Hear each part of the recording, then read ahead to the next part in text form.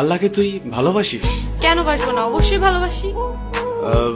আল্লাহকে কি তোর বয়ফ্রেন্ডের মতো ভালোবাসিস? বয়ফ্রেন্ডের মতো কেন ভালোবাসবো? না মানে তোর ফেসবুক অ্যাক্টিভিটি তো তাই বলে। মানে ঠিক বুঝলাম না। অ্যাকচুয়ালি তোর না তোদের মতো মেয়েদের ফেসবুক প্রোফাইলে ঢুকলেই দেখা যায় কভার পিকচারে কোরআনের ছবি, কিন্তু তুই কোরআন পড়তে পারিস না। প্রোফাইল পিকচারে মক্কা শরীফের ছবি, কিন্তু তুই যেটা আপলোড করার যোগ্যতাই রাখিস না। এখানে যোগ্যতার কি হলো? অনেক কিছু।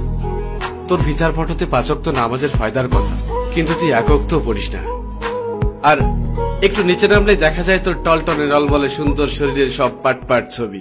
এই ফাইজলামের বাড়ি কোথায়? এটা কি ইসলামের অবমাননা নয়? দেখ তোর মুখে কি আল্লাহর নামটা মানায়? তাহলে আমি কার নাম নিব? আমি মুসলিম, আমি তো আল্লাহর নামই নিব। না, তুই বা তোরা মুসলিম না। এই যে বললাম শুধুমাত্র এদেশে মুসলিম বেশি তাই তোরা মুসলিম পরিচয় দিস। অ্যাকচুয়ালি তোদের নিজেদের তৈরি করা খোদা আছে, যে খোদা তোদেরকে স্বাধীনভাবে উল্টা পাল্টা করে চলতে আর ফাউল ভাবে পোশাক পরতে বলেছে। আমি শাড়ি হিজাব এগুলি কি পরি না, নাকি সেদিন তোর চোখে সমস্যা থাকে?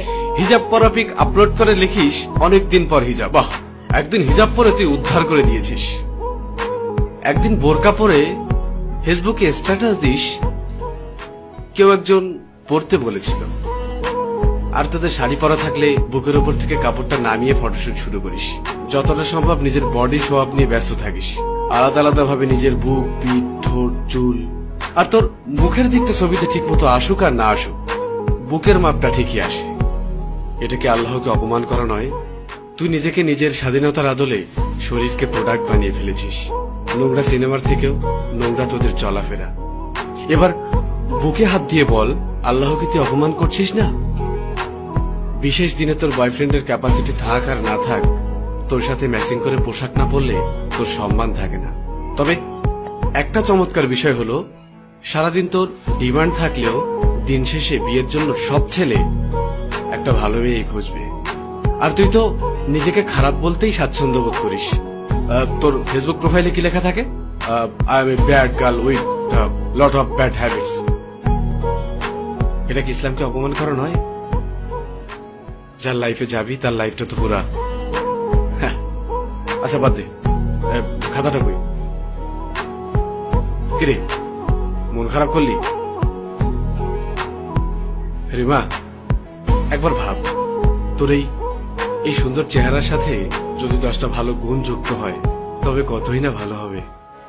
এই দেখ, এই চামড়ার সৌন্দর্য খুবই সীমিত।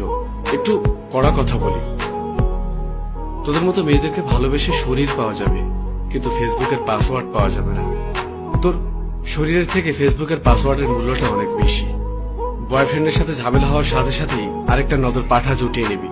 তাকে ভালো না লাগলেই ফ্যান ফলোয়ারদের থেকে আরেকটা গুছিয়ে নিবি।